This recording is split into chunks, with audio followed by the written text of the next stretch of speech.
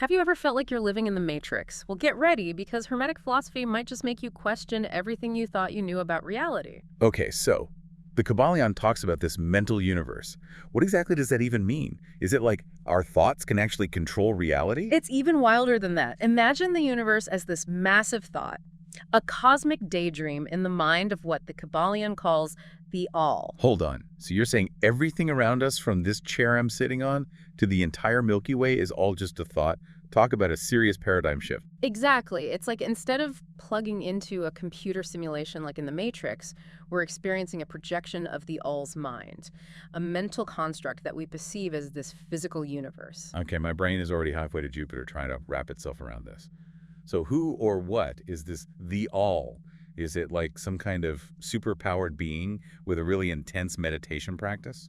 It's tempting to picture the All as this giant bearded figure in the sky, but the Kybalion describes it as spirit, a force so vast and incomprehensible that our human understanding is, well, a little too dial-up for this kind of Wi-Fi. It's like trying to explain the internet to a goldfish, right? Our brains just aren't equipped to grasp the sheer scale of it. Precisely. We're used to thinking within the confines of our limited human experience, but the All exists beyond those limitations. It's less about defining it and more about recognizing how much is beyond our current comprehension. Okay, so the All is this massively powerful, ultimately unknowable force. Yeah. But if everything is a part of the All, what exactly is the universe? How do we even distinguish between the two? That's where the paradox lies. The universe exists within the All, but it's not the All itself. It's like those Russian nesting dolls, where each doll contains a smaller version of itself. But the innermost doll is still distinct from all the others. So it's not like the All went all cosmic DIY and built the universe out of some pre-existing cosmic material. Not quite. The universe is constantly changing. It's a whirlwind of energy and matter in a perpetual dance, while the All is described as eternal and unchanging, the silent observer amidst all the chaos. So if the universe isn't made from the All, where on Earth or in the cosmos did it come from? Did the All just snap its cosmic fingers and boom stars everywhere? Hold on to your hats, because this is where things get really wild.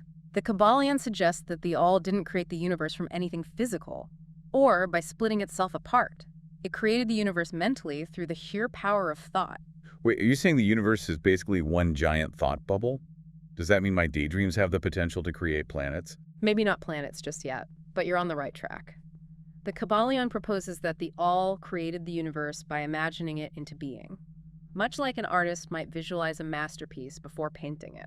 So when I'm daydreaming about winning the lottery, I'm engaging in a micro version of cosmic creation.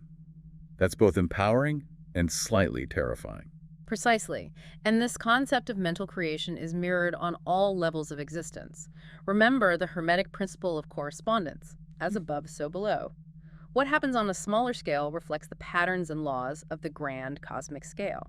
So just like J.K. Rowling conjured up Hogwarts in her mind, the All imagined the entire universe into existence. Talk about a creative writing prompt. Exactly. It challenges us to see the universe as a product of mind, a testament to the boundless creative potential that might just reside within us all. I definitely need a moment to process this. We're living in a giant thought. But how does that even work? It's not like the All can just snap its cosmic fingers and make things appear right. That's the million-dollar question, and to answer it, the Kybalion dives into how we create. Okay, let's unpack that. How many ways can we as mere mortals bring things into existence? The Kybalion outlines three main ways: using external materials through procreation and through the power of our minds. All right, so first up, we've got creating with physical stuff, like a sculptor with marble or a baker with flour. Pretty straightforward, right? Right, but when we're talking about the All, that option goes out the window. Why? Because the All is everything. There's nothing outside of it to use. It's like trying to bake a cake using only the idea of flour and sugar. Not going to happen. So what about option number 2, procreation? This one gets a little more complex. Procreation involves passing on a part of yourself to create something new, but the All, by definition, is already everything. There's nothing more to give. Plus, I can only imagine the cosmic temper tantrums if the All had to deal with millions of mini-universes running amok. Yeah. So if using external materials and procreation are out, that leaves us with option number 3, mental creation. Exactly. And this is where it gets incredibly interesting, even for us non-cosmic beings. So walk me through this. How does mental creation actually work according to Hermetic philosophy? Think about how an author creates an entire world with their imagination. They don't need physical materials or to literally give a part of themselves away. They imagine, they conceptualize, and through the power of their mind, it becomes real on the page. It's like that scene in Inception where they talk about planting an idea so deeply in someone's mind that they believe it's their own. The all planted the seed of the universe, and here we are living in its dream. That's a fantastic analogy. And that's essentially what the Kybalion is getting at. The all creates mentally, just like we create mental images, daydreams, or even full-blown fictional universes in our heads. The difference, of course, being one of scale. So our limited human minds can conjure up a pretty convincing daydream. But the all's mind, that's where entire universes are born. Okay, I'm officially mind blown. But if the universe is this mental projection, this thought in the mind of the all, does that mean we're all just living in some kind of cosmic version of the Truman Show? Is someone out there controlling the cameras and sets? Part of me is hoping for a surprise cameo from Ed Harris as a cosmic director, but something tells me the all works in slightly more mysterious ways. Definitely more mysterious. The Kybalion suggests that while we experience the universe as this incredibly real and tangible thing, and which it is from our perspective, it's ultimately a construct within the all's consciousness. So like Truman, we're living in a world that feels real because we don't know any different. hmm That's both freeing and slightly terrifying at the same time. It is a powerful concept. It's like realizing that the boundaries of reality might be far more fluid than we ever imagined. And who knows, maybe there are countless other universes out there, each a unique expression of the all's infinite mind. Hold on, so you're saying there could be a whole multiverse out there with different laws of physics, different dimensions, maybe even different versions of ourselves running around? Okay, now my mind is really blown. That's the beauty of Hermetic philosophy. It opens up these incredible possibilities that challenge us to expand our understanding of reality beyond our limited human perception. It's like upgrading from a black and white TV to a fully immersive VR experience. But if we're all just thoughts in the mind of the all, what does that mean for things like free will and individual purpose? Do we have any say in how our lives unfold? Those are big questions, and the Kybalion addresses them through another core principle, the principle of gender. Okay, now we're getting into some interesting territory. But before we go any further, we need to clarify something for our listeners. We're not talking about traditional gender roles or identities here, are we? Not at all. Remember, Hermetic philosophy uses language in very specific ways. In this context, gender refers to the two fundamental forces that drive creation, the active and passive principles. Okay, so less about being male or female, and more about the fundamental forces that make everything, well, everything. Give me the cosmic breakdown. Think of it like the classic yin and yang symbol, two seemingly opposite forces constantly interacting and balancing each other out. You can't have creation without both. So it's like the universe's ultimate power couple, always working together, even when it seems like they're at odds. Exactly. And just like a good dance partnership, both partners are essential. In Hermetic philosophy, these partners are called the masculine principle and the feminine principle. All right, before we get any angry emails, I think we need to underline, highlight, and bold that last part. We're not talking about societal gender norms here, right? Definitely not. Remember, we're dealing with a text that's over a century old, and it's using these terms as symbolic representations of cosmic forces. Think of it like this. The masculine principle is the driving projective force, like the spark that ignites a fire. Okay, so it's the energy that kicks things off, the initial push that gets the ball rolling. Exactly. And on the flip side, we have the feminine principle, the receptive nurturing force. It takes that initial spark and gives it form like the oxygen that allows the fire to burn and grow. So to use a slightly less flammable analogy, it's like the masculine principle is the architect drawing up the blueprints for a skyscraper, and the feminine principle is the construction crew bringing that vision to life brick by brick. Precisely. It's a dynamic interplay between these two forces, always in motion, always working together to manifest the incredible diversity and complexity of the universe. And just to be clear, the all isn't walking around with a world's best cosmic dad mug. Not quite. Remember, the all transcends these principles. It's the source from which both the masculine and feminine principles emerge. They're like two sides of the same cosmic coin, essential aspects of how the all expresses itself in the realm of creation. You know, it's funny you should put it that way because it makes me think about how we often use gendered language to describe concepts like God and nature, God, the Father, Mother, Earth. It's like we've been intuitively tapping into these Hermetic principles all along. It's true. We seem to have this innate understanding of these dualistic forces that play in the universe. We see it in the cycles of day and night, the ebb and flow of the tides, even the creative process itself. It's all about finding that balance, that harmony between seemingly opposite So that forces. optical illusion where you can see two different images depending on how you look at it.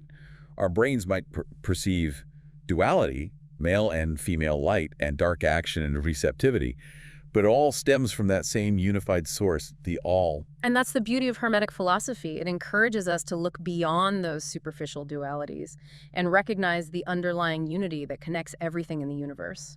So if I'm understanding this correctly, creation is this constant dance between the masculine and feminine principles, both expressions of the all working together to manifest the universe. But what does that actually look like in practice? How does this cosmic tango play out on a level we can relate to? It's all around us if we know where to look. For example, think about how we create things in our own lives. Yeah. Let's say you're writing a song. You have the initial inspiration, the spark of an idea. That's the masculine principle at work. Okay, so I've got the melody, the hook, that raw creative energy. That's my cosmic Big Bang moment, right? Precisely. But then comes the feminine principle, the structuring, the arranging, the refining of that raw energy into a finished song. Right, so I guess that's my inner producer stepping in saying, Yeah. okay, that's a cool riff, but we need versus a bridge, Mhm. maybe a key change for dramatic effect. Exactly. It's that interplay between the spark of an idea and the process of giving it form and structure that mirrors this cosmic dance of creation. It's like the masculine principle says, let there be rock and roll. And the feminine principle says, hold on, let's get you a killer bass line and a drum solo that'll melt faces. And the end result, a masterpiece of cosmic collaboration. But it doesn't stop with songwriting or even the creation of the universe. This principle is active in everything, from how we interact with others to how we manifest our desires. So if I'm constantly wishing I had more time to write music but never actually sit down to do it, that's a prime example of my masculine and feminine principles being a little out of sync. Exactly. You've got the spark, the desire, the initial impulse, but you haven't quite figured out how to channel that energy into tangible results.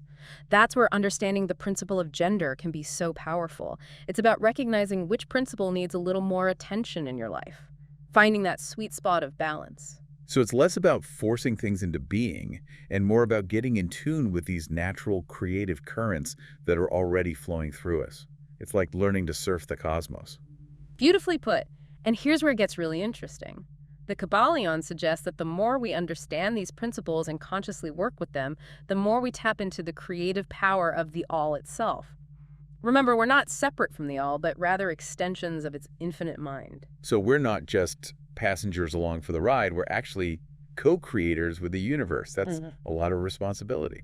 It is a big responsibility, but it's also an incredible opportunity. Hermetic philosophy encourages us to become conscious creators, to recognize the power of our thoughts and beliefs in shaping our reality. Okay, so we're all mini creators working with these universal principles to manifest our desires. But what about free will? If the all is this ultimate creative force, do we even have any say in how our lives unfold? That's a question that's puzzled philosophers for centuries, and the Kybalion offers a unique perspective. Remember that video game analogy we talked about earlier? Yeah, the one where life is like leveling up in a cosmic video game. Right. Now imagine that you're playing a game with different levels and challenges. But within those parameters, you have the freedom to make choices, to experiment, to learn and grow. So it's like the all sets the stage, creates the game board, but we as players get to choose how we move through it.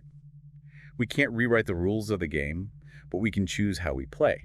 Exactly. It's not about being free from the influence of the all, but about recognizing our own agency within the framework of existence. Our choices have consequences, and those consequences contribute to the ongoing evolution of both ourselves and the universe. So we're not just cogs in a machine, but active participants in this cosmic dance of creation. That's both empowering and humbling at the same time. That's the beauty of Hermetic philosophy. It encourages us to embrace both our individuality and our interconnectedness with everything that is. It's about recognizing that we are each a microcosm of the macrocosm, reflecting the same principles and potential as the all itself. Wow, this has been quite the journey. We've gone from the mind-bending concept of a mental universe to the empowering realization that we are all co-creators with the all, working with these universal principles to shape our reality. Any final thoughts for our listeners before we wrap things up? The universe is vast and mysterious, full of wonder and possibilities. Don't be afraid to ask the big questions, to challenge your assumptions, and to explore different perspectives. And remember, you have within you the spark of creation, the same creative power that brought the universe into being. That's a wrap on this deep dive into Hermetic philosophy. Remember, whether you're dreaming up your next big goal or simply marveling at the stars, you're engaging with the same creative force that makes everything possible. Keep those minds open, those imaginations fired up, and we'll catch you in the next episode.